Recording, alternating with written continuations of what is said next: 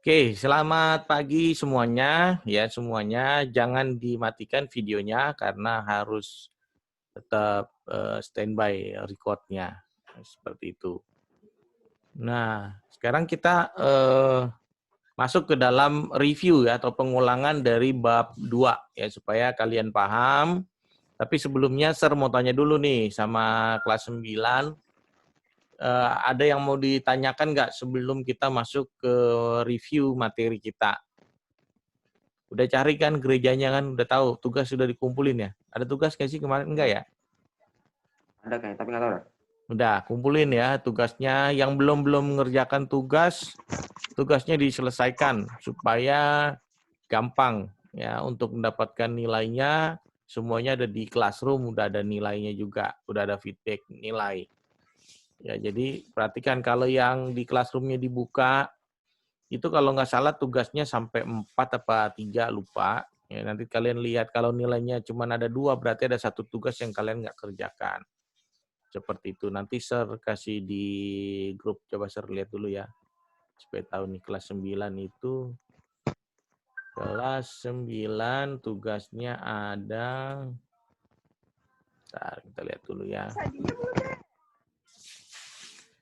Oke, kelas 9 itu tugasnya benar ada 3. Berarti kalau cuma feedbacknya ada 2, berarti kalian ada sesuatu yang belum ngerjain atau pekerjaannya nggak dinilai. Oke, seperti itu. Yuk kita masuk ke dalam materi, tapi sebelumnya kita berdoa dulu. Nanti Sandi doa. Sahabat saya, Ya, mari teman-teman kita berdoa.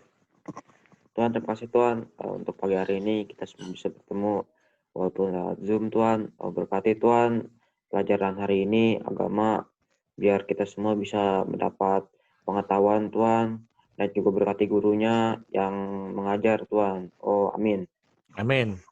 Oke, materi kita bab 2 pelajarannya tentang apa? Ada yang tahu? Gereja kita benar nggak? Ya, bab 2. Apa judulnya? Pelajarannya tentang apa?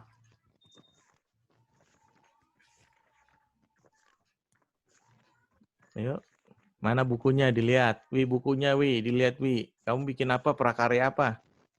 Mengenal gerejaku. Iya, mengenal gerejaku. Ada berapa organisasi di gereja-gereja yang ada di Indonesia? Ada banyak. Banyak Jadi satu. banget ya. Banyak denominasi. Namanya denominasi. Apa itu? Berbagai macam lembaga gereja ya.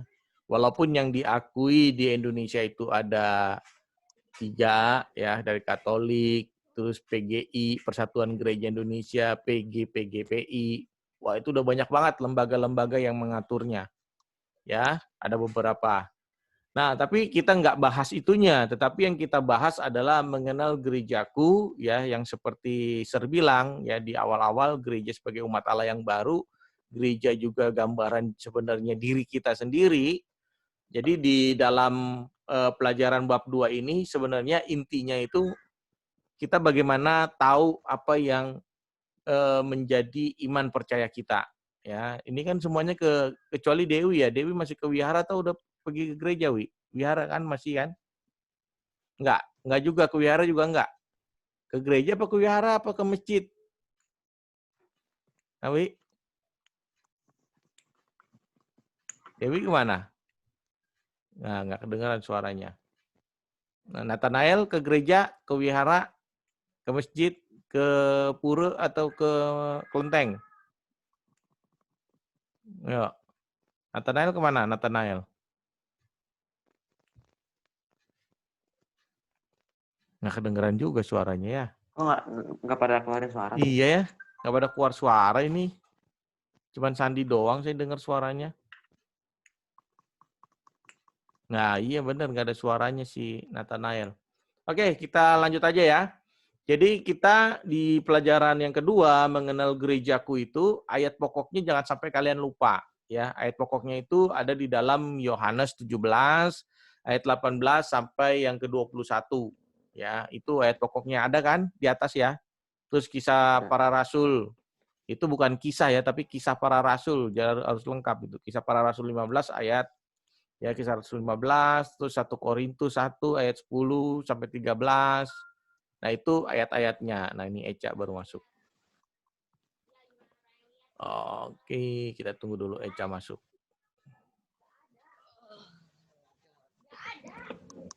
Oke Eca, selamat pagi Eca. Videonya dinyalakan. Kita foto lagi. Nathanael, videonya. Ya, videonya Nathanael ya, Cak. Videonya, Cak. Nah, tunggu ya. Kita mau absen lagi karena ada Eca baru masuk. Ntar juga Emil baru masuk lagi nih. Tapi foto dulu, takutnya nanti kehilangan momennya. Eca. Oke. Sip. Kita foto dulu ya. Oke, sip. Oke, jangan dimatikan ya videonya karena ini direkam, terrecord ya untuk absensi online Anda ke dinas ya. Jadi supaya kalian tahu bahwa kita sedang melakukan absensi. Oke, kita lanjut lagi. Ya, di mana di dalam mengenal gerejaku ya ada ayat pokoknya. Jadi harus tahu tuh ayat-ayat pokoknya di pelajaran yang kedua. Jadi intinya dalam mengenal gerejaku itu kalian diwajibkan untuk mengetahui berbagai macam ya gereja. Ya, aliran-aliran gereja yang ada di dunia yang lahir khususnya di Indonesia. Jadi ada hubungan keterkaitan antara gereja yang satu dengan gereja yang lain. Ya, jadi kalian mesti tahu hubungannya. Kenapa ya? Ada yang Pantekosta, ada yang Katolik, ada yang Protestan, terus ada banyak berbagai macam aliran gereja lokal kayak HKBP itu dari Medan, GKI, ya itu secara global Indonesia, terus GKJ, Gereja Jawa, terus ada lagi apa Gemim, gereja di Minahasa, terus banyaklah yang Toraja, dia punya semua gereja lokal daerah punya gereja masing-masing. Ya, jadi kita bisa menjelaskan bentuk-bentuk kerjasama antar gereja dengan lembaga juga. Nah, terkadang dalam hidup kita, ya kelembagaan itu bisa terjadi perpecahan ya di dalam gereja. Kenapa bisa banyak organisasi? Kenapa bisa banyak denominasi gereja? Karena adanya perpecahan ya. Kita nggak tahu, mungkin ada slack di antara pribadi, atau jabatan atau sesuatu kepentingan yang lain sehingga timbullah banyak-banyak lembaga dan organisasi yang ada. Ya, seperti itu. Jadi kalian mesti paham juga kenapa ya kok gereja makin lama makin banyak. Sedangkan Tuhan bilang gereja itu harus bersatu. Dia tubuh Kristus, gak mungkin tangannya Sandi ada di Tanah Abang, kepalanya ada di Papua, ya kan? Karena gereja itu kan gambaran diri kita sendiri, tubuh Kristus. Jadi kepala ya harus ada di dalam di badan, tangan juga harus lengkap lah gitu ya. Ya nggak mungkin kan Sandi kepalanya ada di Papua, tangannya ada di Jawa. Ah, itu kan udah mencar-mencar, berarti kan ada satu perpecahan di situ. Ya, nah, jangan sampai kita pun sebagai gereja Tuhan, terutama diri kita sendiri terpencar-pencar. Dalam arti apa? Kita lagi pergi beribadah, pikiran kita lagi, aduh, di rumah ayam gue dimakan adek gue nih kayaknya nih. Gawat nih. Nah, terus lagi kan pikirannya ibadah kepada Tuhan, tapi datang tubuhnya, tapi pikirannya nggak ikut datang juga, gitu ya. Baca apa maksudnya main game bisa berjam-jam, baca Alkitab nggak bisa berjam-jam. Nah, seperti itu. Jadi hal-hal seperti itu kalian harus pahami. Nah, di dalam kegiatan satu ya tugas yang kalian kerjakan itu di mana keberagaman gereja ya kita sudah pelajari di sana ya. Ada yang jawab kemarin kan macam-macam ya kegiatan yang di kegiatan satu bukan berarti kita mau membanding-bandingkan gereja mana yang paling benar, enggak. Tetapi kita melihat bahwa begitu banyaknya aliran gereja yang ada dari yang paling kecil jumlahnya sampai yang paling besar, ya. Kalau ada di gereja Pantekosta di Indonesia, itu kurang lebih sekarang sudah ada 20.000 Ya, hampir 20.000 gereja. Bayangkan, seluruh Indonesia dan luar negeri, ya hampir ada 20.000 gereja GPDI. Oh, Banyak. Nah, terus belum yang GBI, belum yang GKI, belum yang HKBP. Wah, banyak sekali gereja. Tapi persentasenya di dalam Kementerian Agama, ya tetap kekristenan masih paling yang minoritas, paling kecil. Ya, tetapi secara pertumbuhan gerejanya itu pergerakannya wow luar biasa. Kenapa gereja-gereja itu harus ada? Nah, karena perlu yang namanya bimbingan kerohanian. Karena sekarang ini banyak ya orang-orang yang eh, apalagi ajaran-ajaran ya, bidat-bidat yang lain ya yang tidak mengakui adanya Tuhan segala macam. Nah, itu yang paling berbahaya. Jadi di kegiatan satu, di kelas ini kita belajar bahwa gereja itu adalah salah satu jembatan kita untuk ya bukan bertemu dengan Tuhan saja, tetapi satu bentuk ucapan syukur kita supaya kita lebih fokus, lebih terarah. Sama kayak contohnya kita belajar. Belajar ya harus ada yang apa yang kita pelajari. Nggak mungkin belajar nggak ada yang dipelajari kan? Betul nggak? Kita belajar itu pasti ada yang dipelajari. Sama kayak kita mau belajar untuk masuk ke dalam jenjang pendidikan harus apa? Fokusnya di mana? Sekolah, ya kan? Nggak mungkin kamu umur 5 tahun sekolahnya di SMP. Nggak ada sekolah yang mau terima umur 5 tahun SMP. Otomatis dia harus TK dulu jenjangnya kan seperti itu. Biarpun kamu pinter gitu ya, tetap harus melewati jenjang aturan yang sudah ada. Sama seperti halnya gereja-gereja yang ada. Ya, karena banyak banget. Nah, di kegiatan 2 kita juga udah belajar tentang bagaimana mendiskusikan. Nah, kemarin kita sudah diskusikan tentang gereja, terus beberapa pertikaian ada di gereja, kenapa banyak gereja-gereja yang ada di Indonesia khususnya. Nah, itu kita sudah pelajari. Ya, kenapa? Ayo, coba. Masih ingat nggak? Kenapa banyak gereja-gereja di Indonesia? Banyak denominasi, banyak lembaga-lembaga gereja. Ayo, Sandi apa? karena nggak cukup gitu gereja satu doang. Jadi Nggak banyak cukup, di iya. kota-kota. Nah, itu dia. Karena biasanya gereja-gereja, salah satunya itu, gitu kan.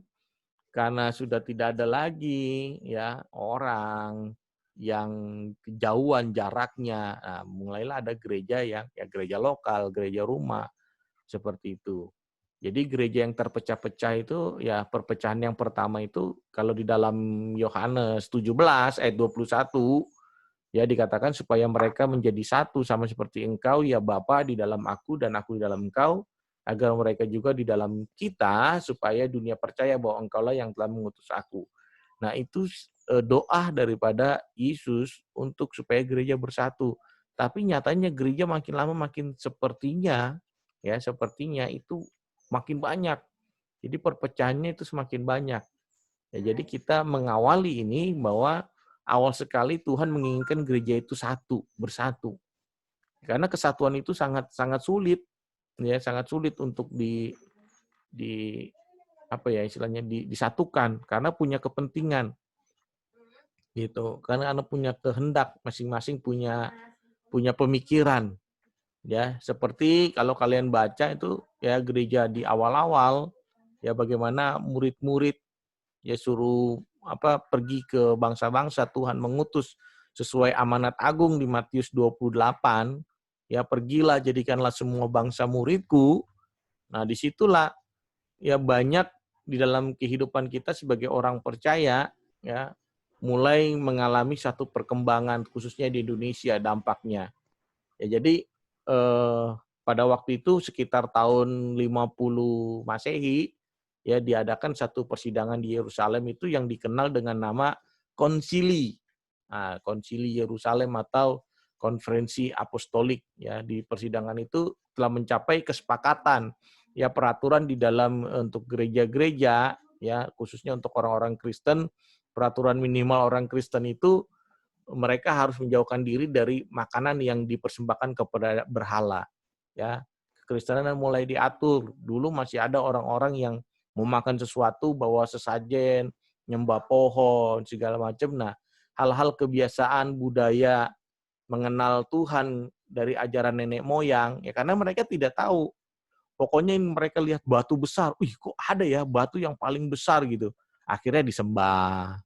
Ada pohon yang paling besar disembah. Karena menurut ajaran nenek moyang, Tuhan itu sesuatu yang besar, sesuatu yang nggak bisa diukur gitu. Nah karena dilihat ada pohon besar, wah ini pohon yang paling besar, ini Tuhan kita sembah, batu seperti itu. Ya itulah ajaran-ajaran nenek moyang terdahulu. Makanya diatur pada waktu itu untuk konferensi gereja pada waktu itu pada tahun 50 Masehi, ya ada peraturan minimal ya untuk orang Kristen, ya dia harus menjauhkan diri dari makanan yang dipersembahkan kepada berhala. Yang kedua, makanan yang mengandung darah. Ya, maksudnya apa? Lu ayam kan dipotong ada darahnya. Enggak, maksudnya yang memang makan darah atau darah. Pernah ada makan darah kalau orang Batak tuh apa namanya? Marus. Ya, si marus. Dari memang apa darah itu dituangkan di dalam makanan terus dimakan. Nah, itu enggak boleh peraturannya. Lalu daging binatang yang mati dicekik, jadi darahnya nggak keluar, ya darahnya ada di dalam, dia tidak mengalami keluar, terus kita makan, nah itu juga nggak boleh. Lalu juga tentang percabulan, nah itu diatur. Jadi keempat peraturan ini sudah dianggap cukup mewakili untuk seorang Kristen, ya untuk menjadi Kristen. Ya tidak berarti orang-orang yang Yahudi saja pada waktu itu atau yang lainnya. Nah, setelah konsili itu di Yerusalem itu terjadi kesepakatan ya di antara para rasul dan Rasul Paulus itu pertama kali ya ada itu untuk pergi memberitakan Injil di kalangan orang-orang yang bukan Yahudi ya sampai ke bangsa-bangsa sampai akhirnya ke Indonesia lewat misionaris-misionaris, lewat perjalanan-perjalanan misi ya. Wah, tidur si Eca. Eca, kamu tidur lama-lama pules nanti di situ, Cak. Nggak kedengeran si Eca. Oke, ya jadi perpecahan-perpecahan ya nanti di situ diselesaikan di dalam semuanya dalam bentuk konferensi ya supaya ada kesatuan. Ya, jadi karena di Haiti ya kalau kalian tahu tuh di Haiti itu ada seorang yang namanya Francois Duvalier ya. Itu dia hidup di tahun 1907 sampai 1971. Duvalier itu seorang dokter ya. Ya yang kemudian orang-orang manggilnya Papa Dok ya. Maksudnya Papa Dokter gitu ya yang sengaja membangun pemujaan atas dirinya dan mengklaim dirinya sebagai perwujudan bangsanya itu ya sehingga dikenal yang namanya voodoo pada waktu itu. Namanya Duvalier ya. Jadi ada voodoo penyembahan roh-roh dan menjanjikan alatnya untuk membangun kekuasaan. Nah, itu bahaya juga guys, gereja ya pendeta voodoo ya mengatas pakai nama seperti itu. Jadi mesti hati-hati. Ya, banyak pengajaran-pengajaran tokoh-tokoh yang mengkultuskan individu sehingga menganggap dirinya sebagai Tuhan. Kalau dulu di Indonesia ada yang namanya kalau pernah dengar Lia Eden. Dengar nggak Lia Eden? Pernah dengar namanya nggak? Kalian nanti searching di internet Lia Eden. Itu dia mengakui bahwa dirinya Tuhan, utusan Tuhan. Ya, banyak orang-orang sekarang yang mengaku Tuhan dirinya. Nah, itu yang paling berbahaya. Nah, itu yang membuat masuk juga di dalam gereja-gereja. Nah, seperti itu akhirnya timbul yang namanya perpecahan-perpecahan di dalam gereja. Sama seperti halnya perpecahan gereja yang ada di Korintus ya ketika anggota-anggota jemaat di sana membanggakan diri mereka berdasarkan karunia-karunia roh yang mereka miliki. Nah, itu bahaya juga.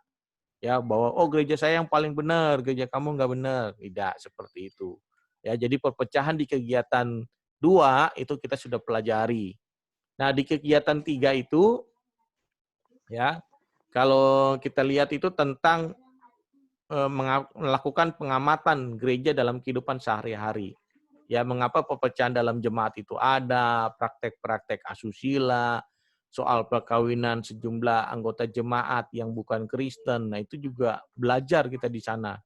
Ya, jadi masalah daging yang dipersembahkan kepada berhala, nah itu sudah kita pelajari ya di kegiatan 3-nya. Jadi untuk di kegiatan 4 juga ya, untuk gereja-gereja yang ada di Indonesia kalian sudah disuruh cari kan, gereja-gereja apa yang ada di sekeliling tempat kalian ya, gereja-gereja yang ada. Nah, jadi seperti itu. Jadi kalian pelajari kembali tentang gerejaku ya, ada gerakan-gerakan cari di internet kan, disuruh cari di internet. Nah, jadi apa gereja-gereja apa. Nah, jadi kalian sudah tahu kenapa begitu banyaknya gereja. Jadi di Wikipedia itu jelas banyak banget aliran gereja yang ada. Ya, kalian suruh cari waktu itu 10 ya. Suruh cari 10. Kalau nggak salah sih 10. Ya, jadi seperti itu. Ya, di setiap daerah punya gereja lokal masing-masing.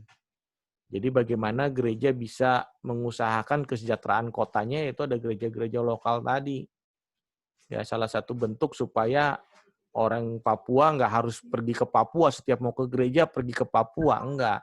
Ada gereja Papua di misalnya di Jakarta, ya kan, kayak HKBP ada juga di Jakarta. Nggak harus orang HKBP atau gereja orang Batak pergi ke Medan dulu mau ke gereja. Nggak seperti itu. Ya, jadi mulai banyak berkembang gereja-gereja lokal di tempatnya masing-masing sehingga menjadi lebih dekat ya, makanya ada komunitas-komunitasnya. Oke, itu aja. Ada yang mau ditanyakan? Jadi gambaran di pelajaran 2 itu lebih banyak gereja yang dikhususkan untuk ada di Indonesia, baik penyebarannya, nama-nama gerejanya, terus konferensi yang mengatur ya, konferensi yang ada di Konsili Yerusalem yang pertama. Ya, lalu yang paling terkenal itu Konsili Nisea yang mengatur, mengkanonkan Alkitab, ya salah satu kitab suci agama orang Kristen yang dibukukan, ya yang sudah diatur. Nah seperti itu. Jadi kejadian sampai Wahyu, ya kalau di Katolik ada yang namanya apokrip, tambahan 9 kitab. Nah itu kalian juga mesti tahu, pelajari. Oke, itu aja. Ada yang mau ditanyakan? Untuk gereja-gereja? Nggak ada ya? Ya, kalau nggak ada yang mau ditanyakan, kalian sudah paham, tugasnya tolong dikerjakan, ya diselesaikan tugasnya bagi yang belum. Nah, jadi semuanya harus sudah selesai tugas-tugasnya, karena minggu depan kita ulangan tentang gerejaku. Ya, jadi lihat, misalkan contoh soal nih ya, contoh soalnya misal, apa kepanjangan dari nama GBI? Ya, kalian mesti tahu tuh, apa GBI? Gereja Bethel Indonesia. Nah, Gereja Bethel Indonesia. Jangan salah nulisnya, tulisannya juga harus benar, nanti dimarahin. Kalau tulisannya salah, dimarahin. Memang mau Sandi namanya dipanggil namanya jadi Candi, kan nggak mungkin. Udah beda maknanya. Walaupun S-nya diganti C. Nah, sama kayak gitu. Ya. Jangan sampai salah dalam hal merek, pelabelan. Ya. Jadi harus dilihat tulisannya. David, Yap, kenapa, Cak? tadi tugasnya itu yang gereja ya? Tugasnya ada di classroom yang gereja. Minggu depan buat ulangan. Bahan-bahannya itu kan salah satu contohnya, karena kita mau dikit lagi PTS. Ya. Oke, ada lagi? Ya, ini kita buat bahan ulangan. Kenapa gereja mengalami perpecahan? Ya. Tadi juga udah dijawab sama Sandi, ya. Ya nggak bisa nampung satu Indonesia. Bayangkan kekristenan itu sekarang jumlah penduduk hampir 270. Kalau kekristenan itu sekarang ada 9% sesuai dengan catatan kementerian, ya, wah itu banyak banget. Kalau cuman gereja cuman satu, mana muat. Ayo, 10% dari 270 juta. Berapa? 10%. Ya. Ada yang tahu nggak? 10% dari 270 juta. Nah, mikir dah. Tek-tok. Ayo. Ayo mana? Saya nggak tahu, cuma Matematikanya cuma pura-pura mikir. 10% dari 270 juta. Tinggal dihilangin aja nolnya 1. Jadi berapa? 270 juta nolnya dihilangin 1. Jadi berapa? 27 Iya 27 apa? Benar 27. ribu. 27.000. 27 juta lah. Kan 270, nolnya Oh dihilangin iya. Ya gitu kalau matematika 1/10 itu gampang sebenarnya. Tinggal hilangin aja nolnya 1. 270 jadi 27 juta. Bayangin 27 juta masuk ke rumah Sandi semuanya. Sesek-sesek kan gitu kan. Di dalam Muat gereja, bukan. tribun yang ada di Senayan aja cuman bisa muat itu sekitar 10.000 sampai 20.000. Ini ada 27 juta. Waduh. Bisa ngebludak orang itu dilihat orang 20.000 aja udah banyak banget. Nah, jadi seperti itu. Ya, jadi di dalam kehidupan kita sebagai orang percaya, lihat perpecahan-perpecahan itu akhirnya dibuatlah gereja-gereja lokal yang mendekatkan diri karena seperti itu, nah mulai terjadinya perpecahan atau konflik-konflik yang ada. Baik dari kepentingan pribadi, maupun kepentingan lembaga dan segala macam, nah itu perpecahannya. Ya, ada banyak sebenarnya. Nanti tinggal dibaca di buku cetaknya. Saya hanya mereview ya dari pelajaran yang kedua ini tentang gerejaku.